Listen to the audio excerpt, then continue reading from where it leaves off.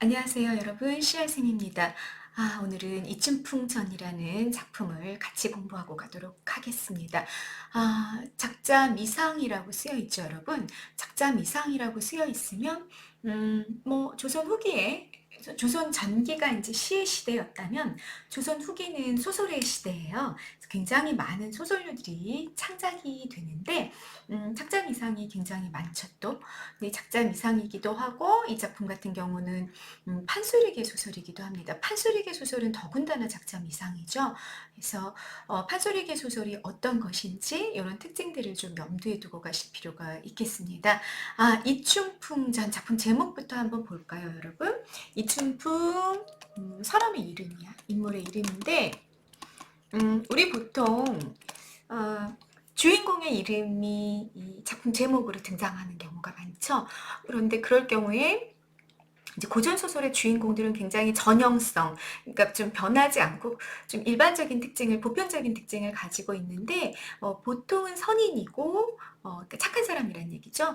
그런 사람들이 이제 주인공이 되고, 그리고 그 사람의 이름을 가지고 작품 제목을 만들어내는 경우들이 굉장히 많았어요. 그런데 이춘풍전 같은 경우 이춘풍은 선인일까요? 여러분들이 한번 확인을 해보실 필요가 있겠습니다. 이 인물 유형에 대해서 좀 관심을 가지고 봐야 되겠다라는 걸 염두에 두고 가시면 좋겠다라는 얘기입니다. 자, 갈래 보시겠습니다. 아까 잠시 설명드렸죠. 작자미상의 판소리계 소설이라고 말씀을 드렸고요.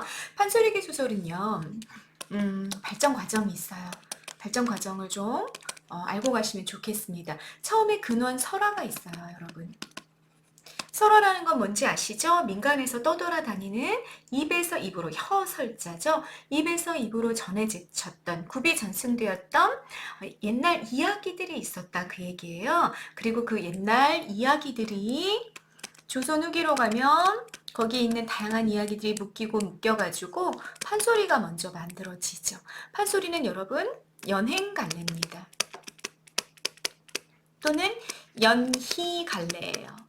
무슨 말이냐면 판소리는 전문 광대가 한 사람이 있는 거죠. 이 전문 광대가 마당에 이렇게 마당이 이제 연극 무대가 되는 거야. 연극 무대가 되어가지고 마당에서 공연을 펼친단 말이에요. 그래서 연행을 우리가 어떻게 생각하면 되냐면 공연돼서 행해지는 갈래다 이렇게 이해하셔도 되고요. 연희다 그러면 공연되어서 놀희자거든요. 공연되어 놀았던 갈래예요. 그러니까 면대면으로 사람들을 앞으로 관객을 앞에다 두고 공연을 했던 갈래가 판소리였다 그 얘기입니다. 됐죠? 판소리가 먼저 있었어요. 그리고 이 판소리는 따로 대본이 정해져 있던 게 아니라 이 아주 전문적인 훈련을 고도의 훈련을 받은 스승에게 제자들이 모였죠. 그래서 이 제자들에게 구전됐어요. 입으로 전해졌다는 얘기죠. 그래서 대본이 따로 있지 않았어요. 그래서 아주 다양한 이본들, 우리 다른 대본이라는 뜻인데 다른 이야기들이 조금씩 다른 이야기들이 굉장히 많이 존재하는 그런 특징을 가지고 있는 게 이제 판소리죠.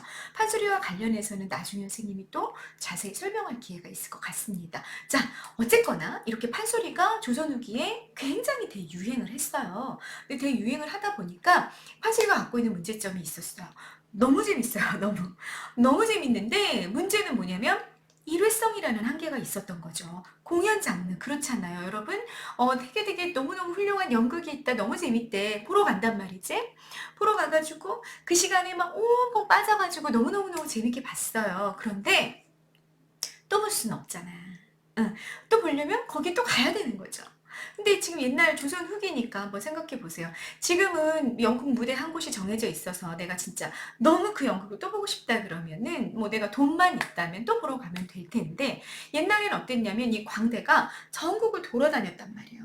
전국을 돌아다니고 어느 날 이 마을에 오는 거지. 그래서 공연을 했단 말이에요. 그러니까 한계가 되게 분명한 거죠. 내가 진짜 너무 재밌는데 너무 또 보고 싶은데 어떻게 또 볼 수는 없어. 그 광대가 다시 오기 전까지는 일회성이라는 한계가 있었다 그 얘기입니다. 그래서 사람들이 어떻게 했냐면 그렇게 판소리로 연행됐던 이야기들을 기록하기 시작했어요. 그게 바로 뭡니까? 판소리계 소설인 겁니다. 그러니까 판소리를 기록하다 보니까 판소리계 소설엔 판소리의 특징들이 대단히 많이 들어가게 됐겠죠. 네. 뭐, 이 춘풍전 같은 경우에는 그렇게 많이 눈에 띄진 않지만, 율문투, 다시 말해, 운율이 느껴지는 판소리가 사음보율이었단 말이에요. 그런 운율이, 리듬이 나타나는 그런 말투도 사용됐었고, 또, 일반적인, 자, 여러분 참고 표시해놓고, 여기다 적어볼까요? 참고 표시해놓고 한번 적어볼까요? 일반적인 고전소설. 우리가 이렇게 공동창작물이잖아요. 근원 설화로부터 출발해가지고 판소리로 왔으니까 여긴 작가가 따로 정해져 있지 않았단 말이에요. 그런데 일반적인 그 고전 소설은 개인 창작물인 거죠. 개인 창작물이고 뭐 영웅 소설류들, 가정 소설류들이 가장 대표적으로 여기에 굉장히 많이 속하는데 이런 소설들 같은 경우는 문체상의 특징이 뭐냐면 문어체예요. 문어체. 그럴 문자죠. 글 문자, 그럴 문자, 문어체란 말이에요. 그래서만 나타나는 말투들이 있었단 얘기예요. 예를 들자면 누구누구가 말하되 하지 않고 누구누구가 가로되 한다든지 누구누구 왈한다든지 이런 표현들은 그래서만 옛날 사람들이 썼던 말투예요. 근데 그런 말투들을 개인 창작물인 고전소설에서 굉장히 많이 사용하고 있는 반면에 판소리계 소설 같은 경우는 판소리라는 공용 갈래, 이 사람들을 앞에 두고 말을 했었기 때문에 거기에는 문어 축체가 쓰이지 않고 일상생활에서 사용이 되는 구어체들이 쓰였단 말이에요. 구어체. 여러분, 구어체의 구가 무슨 구자일까? 입구자인 거죠. 그죠? 입으로 말하는 그냥 그 말투, 그걸 그대로 사용하는 게 판소리였는데 이 판소리를 그대로 기록하다 보니까 이 판소리계 소설에는 그런 구어투가 대단히 잘 드러나게 됐고요. 또 판소리 같은 경우는 창자가 있다고 그랬죠. 전문 광대 한 사람이 서술자도 됐다가 뭐 무슨 춘향이도 됐다가 이춘풍도 됐다가 추월도 됐다가 뭐 이렇게 이제 일은 다역을 하는 엄청난 갈래죠, 말하자면. 뭐 서양에서는 찾아볼 수 없는 그런 갈래를 우리가 판소리다라고 이야기할 수 있겠는데 이 판소리 같은 경우는 창자가 앞에 관객을 앞두고 있잖아요. 그러니까 이런 말투, 예를 들자면 어떠어떠한 뭐 예를 들어 추월이의 거동보소라는 말투를 사용했었단 말이야. 왜?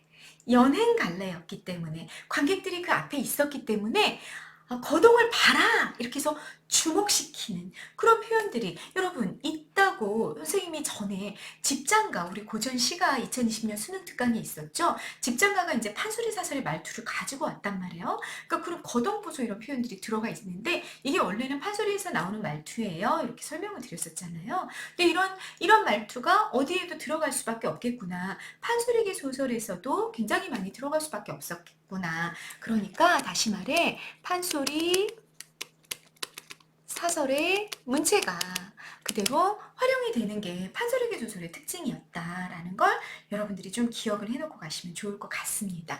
그리고 이 판소리계 소설이 어디까지 발전을 하게 되냐면요. 개화기 때 고전 소설을 부정하고 우리는 이제는 옛날 것은 거부하고 새로운 소설을 쓰겠다라는 생각을 가지고 소설 작가들이 본격적으로 나타나기 시작했어요. 신소설이라고 우리가 얘기하는 거죠. 그런데 신소설을 써봤자 독자들이 안 읽는 거야. 독자들이 왜 안 읽냐면 판소리계 소설이 너무 재밌으니까 판소리계 소설만 갖다가 막 읽는 거죠. 그래서 할 수 없이 신소설 작가들이 이 판소리계 소설 중에 몇몇을 갖다가 개작하기까지 했어요. 신소설로 개작하는 작업까지 이루어졌었는데 이런 발전 과정을 거치는 것이 판소리계 소설입니다. 그리고 이춘풍 전은 그러한 판소리계 소설에 속하고 있다라는 거 알고 가시면 좋겠고요. 풍자소설입니다. 그럼 여러분 풍자소설이라는 건 비판적인 태도를 가지고 있다는 얘기죠. 누구를 비판하는 태도를 가지고 있을지 생각하시면서 보면 좋겠습니다. 또 세태소설입니다. 세태라는 건 여러분 줄임말이라고 생각하자. 우리 세상의 형태. 이게 조선 후기에 나왔단 말이죠. 판소리 소설들은 조선 후기에 나온다고 말씀드렸잖아요. 그러면 이게 세태소설이다 그러면 조선 후기 사회의 모습, 조선 후기의 뭐 정치적인, 문화적인 이런 형태, 모습 이런 것들을 굉장히 잘 거울에 비친 것처럼 보여주는 소설을 우리가 뭐라 그런다? 세태소설이라고 이야기한다. 그러니까 당대의 어떤 모습을 굉장히 잘 보여주는 소설류들을 우리가 세태소설이라고 그러는데 이 작품이 세태소설입니다. 그러면 이춘풍전에는 조선 후기 세상의 모습, 당시의 모습이 굉장히 잘 드러나고 있겠죠? 어떤 모습들이 드러나고 있는지도 같이 점검하고 가시면 되겠습니다. 자, 시점은 여러분 고전소설 90% 이상 이 3인칭 전지작가 시점입니다. 서술자가 작품의 안에 있을까요? 밖에 있을까요? 서술자의 위치가 어디다? 서술자의 위치가 작품 밖이다. 그러면서 전지 무슨 뜻이다? 모두 알고 있는 서술자. 신처럼 모두 알고 있는 서술자가 작품 밖에서 모든 것들을 다 이야기해주는 그게 고전소설 90% 이상 시점상의 특징입니다. 그리고 이러다 보니까 이 3인칭 전지작가 시점의 서술자들은 뭘 굉장히 잘했냐면 특히 고전소설에서는 원래는 작품 밖에 있어야 돼. 그런데 막 흥분하는 거지. 막 흥분하면 작품 안으로 들어와가지고 막 자신의 주관적인 정서, 주관적인 판단, 주관적인 평가 이런 것들을 굉장히 많이 했습니다. 상황이나 인물에 대한 자기 생각을 드러내는 서술자였던 거죠. 그게 고전소설의 굉장히 큰 특징이 돼요. 다시 말하자면 우리는 그런 걸 가지고 뭐라고 얘기하냐면 편집자적 논평이라고 이야기합니다. 편집자적 논평, 다른 말로 하면 서술자 개입. 이게 굉장히 많은 것이 고전소설이 갖고 있는 특징입니다. 그런데 더군다나 여러분 생각해 보세요. 이건 판소리계잖아요. 판소리계 소설, 판소리로부터 왔다 그랬죠. 그리고 판소리에는 누가 있었냐면 전문 광대가 있었어. 스토리를 이야기해주는 이야기꾼이 있었던 거죠. 그러니까 이 이야기꾼은 스토리를 이야기하는 중간중간에 뭐 할 수밖에 없었을까? 너무 당연히 막 이야기를 하다가 이야기에 대한 자기 생각을 드러내고 인물에 대한 자기 생각을 드러내는 그런 창자가 존재하고 있었던 거죠. 판소리에. 그리고 이 판소리를 기록한 게 판소리계 소설이 되다 보니까 판소리계 소설은 일반적인 아까 선생님 얘기했던 이런 개인 창작물인 고전선 소설보다도 훨씬 더 많은 뭐가 있을 수밖에 없었겠다. 편집자적 논평, 서술자 개입이 있을 수밖에 없었겠다. 있을 수밖에 없었다라는 거 기억해 놓고 가시면 좋겠습니다. 자, 편집자적 논평, 서술자 개입 여러분 뭔지 다시 한번 정리해 보십시다. 뭐라고요? 작품 밖에 있어야 하는 서술자가 작품 안으로 들어와 서술자 자신의 주관적인 판단, 평가, 정서를 드러내는 것. 그걸 우리는 뭐라 그런다? 편집자적 논평이라고 이야기합니다. 그래서 이게 어느 부분에서 드러나는지 여러분들이 고전소설에서는요 굉장히 중요한 특징이기 때문에 잘 찾으실 수 있어야 됩니다. 그리고 이거를 뭐랑 친구들이 많이 헷갈리냐면 인물 제시 방법이랑 굉장히 많이 헷갈려요. 인물 제시 방법이 특히 뭐냐면 직접 제시랑 굉장히 많이 헷갈려하는 경우들이 있어서 선생님이 이따가 본문을 보면서 조금 구별을 해드리도록 하겠습니다. 자, 시점까지 끝났습니다. 주제는 허위에 가득 찬 가부장적 사회에 대한 비판과 진취적인 여성상의 제시라는 주제를 가지고 있습니다. 자, 판소리 계열이면서 풍자 소설이잖아요. 그래서 이 서민문화죠. 말하자면 이런 서민문화는 기득권을 비판하는 성향이 대단히 강했어요. 그래서 기득권의 우리 옛날 중세 봉건 사회는 남성 중심 사회고 남성이 기득권, 권력을 가지고 있었잖아요. 그래서 이 가부장, 남성 우월주의 사회에 대한 비판이 드러나는 게 이춘풍전이다라는 거 여러분들이 알고 가시면 되고요. 그 비판이 누구를 통해서 드러나냐면 이춘풍이라는 이 가부장과 굉장히 대비되는 위치에 있는 이춘풍의 아내를 통해서 드러나게 될 겁니다. 진취적인 여성상의 모습이 어떻게 드러나는지도 여러분들이 좀 주목해서 보고 가시면 되겠습니다. 자, 혜정 선생님 읽고 갈게요. 이 작품은 기생에 빠져 가산을 탕진한 인물인 춘풍을 주인공으로 하여, 자, 이 춘풍전의 주인공이 누구다 여러분? 기생에 빠져 집안 살림을 거덜냈어요. 그리고 자기도 거지가 돼버리는 이춘풍이라는 남성입니다. 가부장이죠.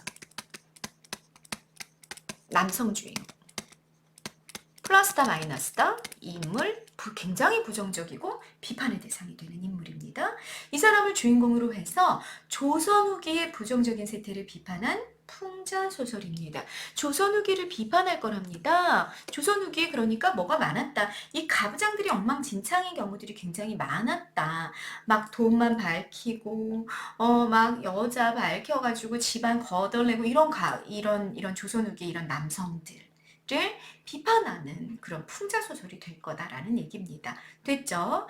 춘풍은 무능하고 능력이 없어요. 방탕해요. 막 술, 여자, 도박 이런 거 좋아하는 거 우리 방탕하다라고 얘기하죠. 방탕한 인물로 기생추월의 유혹에 넘어가 집안이 몰락할 위기에 처합니다. 이때 남장을 하고 나타난 아내의 활약으로 위기를 모면하게 되죠. 남장 관련해서 선생님 본문에서 조금 더 구체적으로 설명하겠습니다. 남편 때문에 몰락한 가정이 슬기롭고 자, 아내의 특징 보세요. 슬기롭고 유능한 아내의 활약으로 재건되는 이야기를 통해서 결국은 뭐가 부각이 될 수밖에 없냐? 가부장적인 남성 권력의 횡포. 남성이 능력은 없어. 능력은 없는데 괜히 자기가 주인이야, 주인. 이 집안의 주인은 나야. 그렇기 때문에 이 재산도 모두 내 거야. 내 맘대로 할 수 있어. 뭐 이런 생각을 가지고 있단 말이지. 이런 권력의 횡포와 배금주의. 배금주의 여러분, 황금, 만능주의 똑같은 말이죠. 배금, 돈을 숭배하다 이런 뜻이야. 여기는 배척하다라고 이해하시면 안 됩니다. 배금주의 할 때의 배는 숭배하다라는 뜻이에요. 돈을 숭배했던 그 당시 세태를 풍자하고 여성의 지위와 역할에 대한 새로운 인식이 생기기 시작했다. 조선 후기로 가니까 여성의식이 조금 성장하고 있구나. 이런 것들을 좀 우리가 읽어볼 수 있는 그런 소설이 이춘풍전이라는 판소리계 소설이 된다라는 얘기입니다. 줄거리는 여러분들 선생님 텍스트 파일 모두 다 갖고 계시죠? 읽어보시면 되겠습니다. 자, 본문 선생님 2020년 수능 특강의 본문을 가지고 왔습니다. 같이 한번 점검해보고 가시겠습니다. 네, 앞부분 줄거리는 굉장히 중요해요. 여러분 소설을 읽을 때 줄거리를 조금 대충 보고 가시는 친구들이 있습니다. 그러면 안 됩니다. 제목 잘 보셔야 되고요. 또 줄거리에서 여러분들이 뽑아낼 수 있는 아주 많은 정보들이 있는데 그 정보들을 최대한 뽑아내고 정리해 놓고 가셔야 됩니다. 그리고 고전소설은 더군다나 인물들이 등장할 때마다 이 인물은 플러스 인물 유형인지 마이너스 인물 유형인지 이런 것들을 잘 정리해 놓고 가셔야 되고요. 자, 그러니까 다시 정리해 봅시다. 고전소설 인물 정리하는 거 첫 번째 뭐 해라? 인물이 나올 때마다 이 인물이 긍정적인 인물 유형인지 부정적인 인물 유형인지 정리해라 라는 말씀 드렸고요. 두 번째 편가르기 해라. 누구 편인지 편가르기 해보라는 얘기예요. 이게 굉장히 도식적으로 나눠져 있거든요. 고전소설에서는. 그래서 플러스 편인지 마이너스 편인지를 편가르기를 하셔야 됩니다. 이춘풍전 같은 경우는 인물들이 많이 나오지 않으니까 굳이 그렇게 하실 필요가 없는데 예를 들어 군담소설, 그러니까 전쟁소설이죠. 영웅소설 이런 경우 보면은 여러분들에게 제시되는 본문이 이제 한바닥이라고 치면 이 한바닥에도 수십 명의 인물들이 나올 수도 있어요. 그럴 때는 누가 누구 편인지 플러스 인물 유형인지 마이너스 인물 유형인지를 잘 정리해 놓고 가셔야 여러분들이 문제를 풀 때 헷갈리지 않게 선택지들을 잡아내실 수 있습니다. 이해되셨죠? 그 다음에요 여러분 인물을 부르는 명칭을 따라가며 누가 누군지 정리하셔야 됩니다. 특히 이거를 잘 놓치는 친구들 같은 경우는 앞을 설렁설렁 읽기 때문에 그렇거든요. 앞부분을 설렁설렁 읽지 마시고요. 인물이 나오고 그 인물이 여러분 인물이 보세요. 이름도 있고요. 호도 있고요. 자도 있고요. 또 벼슬도 있어요. 벼슬도 심지어는 하나가 아니라 막 서너 개의 벼슬 명칭이 한꺼번에 나오는 경우들이 막 있거든요. 그러면 그런 게 나올 때마다 잡아야 돼. 그걸 잡고 그걸 따라가면서 명칭이 바뀌었을 때 누가 누군지를 이렇게 쭉 따라가면서, 특히 주인공 같은 경우는 아주 다양한 명칭으로 불릴 수 있는 확률이 대단히 높기 때문에 고전소설에서 인물을 정리할 때는 이런 누가 누구를 가리키는 표현인지, 이 지시대명사가 가리키는 건 누구인지를 앞이랑 계속 연결하면서 따라가야 된다라는 거 여러분께 미리 좀 말씀을 좀 드리겠습니다. 됐죠? 네. 자, 요거 염두에 두고 앞부분 줄거리 같이 보시겠습니다. 평양기생 추월에게 빠져 가산을 탕진하고, 여러분 평양기생 추월 나왔어. 동그라미 치시고요. 요 인물 플러스다 마이너스다? 이춘풍이라는 가부장을 홀려가지고 재산을 다 가로챈 여인이야. 마이너스 여인이죠. 가산을 탕진하고 그 집에서 사환 노릇, 심부름꾼 하는 역할을 해요. 심부름꾼 하는 노릇을 하고 있는 남편을 찾기 위해 춘풍의 아내는, 자, 이 남편이 누군지 아시죠? 이춘풍이죠? 이 이춘풍이 완전히 거지가 돼가지고 이제 어디 먹고 살 수도 없고, 그리고 뭐 다시 자기 고향으로도 못 돌아가. 평양에 이제 있는 거지. 평양에 있으면서 고향으로도 못 돌아가니까 할 수 없이 이제 아는 사람이 추월이니까 추월이라는 기생한테 가가지고 이제 사환으로 살고 있단 말이야. 근데 그 소문을 들은 거죠. 춘풍의 아내가, 아까 이미 봤죠, 우리 플러스 인물 유형이라고 말씀드렸습니다. 굉장히 슬기롭고 지혜롭게 난관을 개척해가는 그런 인물이죠. 춘풍의 아내가 평양 감사로 부임하는 김승지를 따라 비장 차림으로, 자, 그러니까 여러분 이렇게 연결이 돼야 되겠다. 춘풍의 아내가 뭐가 됐다? 비장 차림이 됐다. 비장이 됐다. 비장은 뭐다? 지방 관리나 해외 사신을 따라다니던 관직인데요. 비장은 경호실장 정도로 여러분들이 해석하시면 될 것 같습니다. 무관벼슬이었거든요. 근데 그 비장 차림으로, 다시 말하자면 이 여인이 뭐 했다? 남장을 한 겁니다. 놓치시면 안 됩니다. 남장했다라는 거. 남장을 한 채 평양에 도착합니다. 평양에 누가 있었어, 여러분?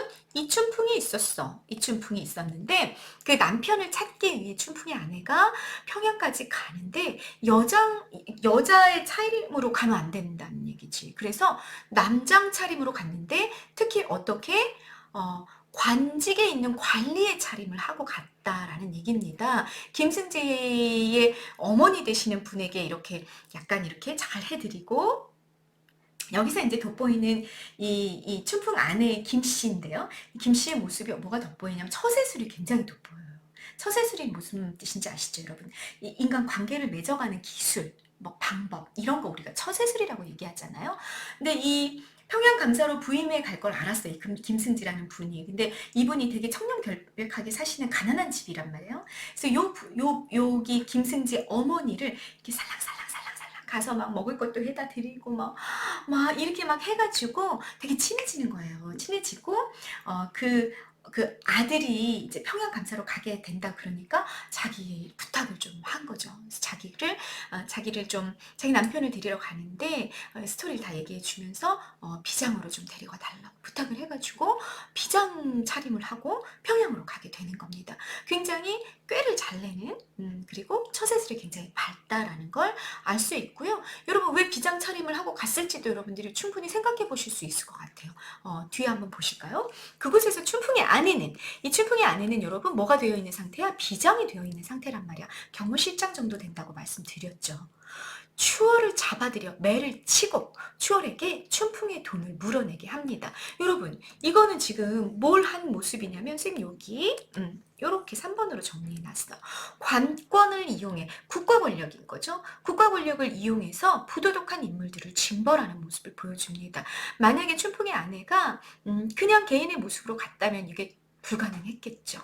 이렇게 아무리 악한 사람이 있다라 하더라도 뭐 이렇게 벌을 준다든지 이런 게 불가능했을 거란 말이에요. 더군다나 여자의 몸이었기 때문에. 그런데 이 여인이 뭐 한 거야? 너무나 지혜롭게도 어떻게 관권을, 권력, 국가 기관의 권력, 또는 관리의 권력이라고 얘기해도 됩니다. 이런 걸 활용할 수 있는 그런 비장의 자격으로 간 거죠, 일부러.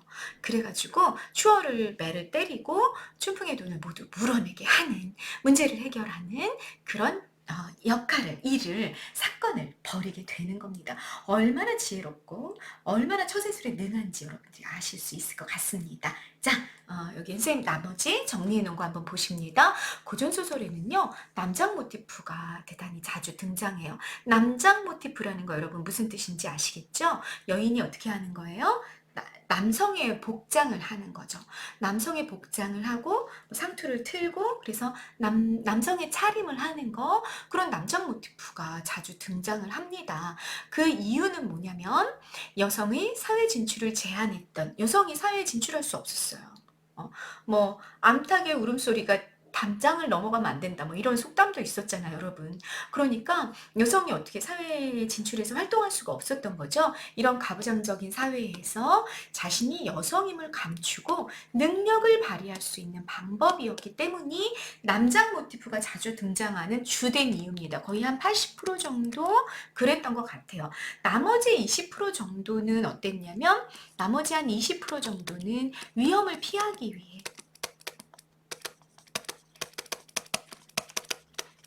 뭐 가문이 몰락해서 혼자 막 떠돌아다니고 피난을 가야 되는 상황이 됐을 때 이 여성 주인공이 여성의 차림으로 가다 보면 위험한 일들이 너무 많으니까 남장을 하는 경우들도 있었고, 뭐 어린 나이에 부모랑 헤어지게 됐을 때 이 부모가 이 아이를 걱정해서 자기는 이제 죽게 되고, 이 아이가 이제 혼자 살아갈 일이 걱정이 돼가지고 여자아이를 남장을 시키는 경우도 있었고, 요게 이제 한 20% 정도 되는 것 같고요. 나머지 80% 정도는 여성 영웅 소설에 대단히 많이 나타나는데, 이 자기가 여성임을 감추고 능력을 발휘할 필요가 있을 때 남장을 할 수밖에 없었다라는 얘기입니다. 근데 여기 보면 이 춘풍전은, 이 춘풍의 아내가 뭐 여성 영웅이라고까지 보기에는 좀 어렵지만, 그러나 자기 남편을 데리고 오고 자기 남편을 유혹했던 추월이라는 여인을 혼내주기 위해서 남장을 하는 모습, 능력을 발휘하기 위해서 그런 모습을 보여준다라는 거 알고 가시면 되겠습니다. 자, 남장 모티프는 무슨 효과가 있느냐? 여성의식의 신장, 여러분. 여성의 사회 참여 욕구가 조선 후기에 어땠다? 조금씩 높아지고 있었다는 얘기죠. 그런데 이 자꾸 사회에 참여하고 싶은데 이게 뜻대로 되지 않으니까 허그무린 소설에서 남장이라는 형식을 통해서라도 뭔가 자꾸 자신의 능력을 보여주고 싶어하는 여성 독자들의 어떤 대리만족, 이라는 그런 목적이 굉장히 있었다라는 걸 알 수 있는 거죠. 그래서 조선 후기에 여성 독자들이 이런 소설들을 되게 많이 읽었고, 차츰차츰 여성의식이 성장하고 있었구나 라는 걸 첫 번째로 알 수 있다라는 얘기인 겁니다. 이해되셨죠? 그리고 남성 중심 사회의 허구성을 부각하는 역할도 합니다. 이 여성 영웅들의 특징인데요, 이렇게 남장을 한 여성들이 능력을 발휘하고 그 다음에 남성을 굉장히 핀잔을 주는 그런 경우도 되게 많거든요. 여기도 보면 그런 핀잔 주는 장면들이 막 나오게 될 텐데, 그런 걸 통해서 이 남성보다 훨씬 능력이 뛰어난 여성들을 자꾸 보여주는 거죠. 그래서 남성 중심 사회라는 것이 얼마나 거짓말인지, 남성이 능력이 뛰어나서 이렇게 사회를 이끌어가고 있는 건 아니야, 이런 의식들이 조선 후기에 너무나 차별받고 너무나 천대받던 여성들의 의식 속에서 싹터가고 있었다는 거, 이런 것들을 우리가 남장 모티프를 통해서 대단히 많이 볼 수 있겠다라는 걸 여러분 정리하고 가실 필요가 있겠습니다. 됐죠? 춘풍안에의 문제 해결 방식 여러분 중요하겠죠? 별표 체크하시고요. 되게 이성적으로 치밀하게 계획했어. 여러분, 이 비장으로 가기까지 굉장히 많이 노력했어요. 아주 몇 달 전부터 계속 계획을 세우는 겁니다. 이성적으로. 그리고 접근했다 그랬어. 누구한테? 김승지의 어머님한테 계속 접근하는 거죠. 그래서 친해지고 이런 모습들을 보이거든요. 아주 치밀한 계획을 하고 있는 여인이고요. 또 아까 말씀 계속 드렸습니다. 지혜와 처세, 인간 관리, 인간을 관계를 맺는, 관계를 또 관리하는 이런 기법들, 이런 것들을 아주 지혜롭게 하는 거죠. 그래서 남성 사회에 과감하게 뛰어드는 모습 보이고요. 관건을 이용해 부도덕한 인물들을 징벌하는 그런 문제 해결 방식을 춘풍의 아내가 보여주게 됩니다. 네, 여기 반영된 당시 사회상 여성의 능력과 지혜를 두드러지게 드러냄으로써 여성에 대한 관점이 진보적으로 변화하고 있음을 우리가 추론할 수 있겠다. 조선 후기 세상의 모습이 바뀌어가고 있었다라는 거 여러분 정리하고 가실 수 있겠습니다. 네, 앞부분 줄거리까지 보면서 여러분 대충 무슨 내용이구나, 어떤 소설이구나, 판소리계 소설은 어떤 특징을 갖고 있구나, 고전소설의 시점상의 특징은 뭐구나, 인물은 우리가 어떻게 정리해야 되는구나, 이런 것들 다 말씀드렸고요. 전반적으로 이 춘풍전에서는 남장 모티프 중요하고 또 춘풍의 아내라는 인물 유형의 문제 해결 방식이 대단히 중요하고 그걸 통해서 조선 후기의 어떤 시대상이 드러나는지까지 정리해 드렸습니다. 네, 여기까지 해서 1부를 좀 끊고요. 2부에서 다시 한번 이 춘풍전 이제 본문 내용을 좀 구체적으로 정리하면서 가보도록 하겠습니다. 네, 이번 영상 여기서 마치겠습니다. 감사합니다.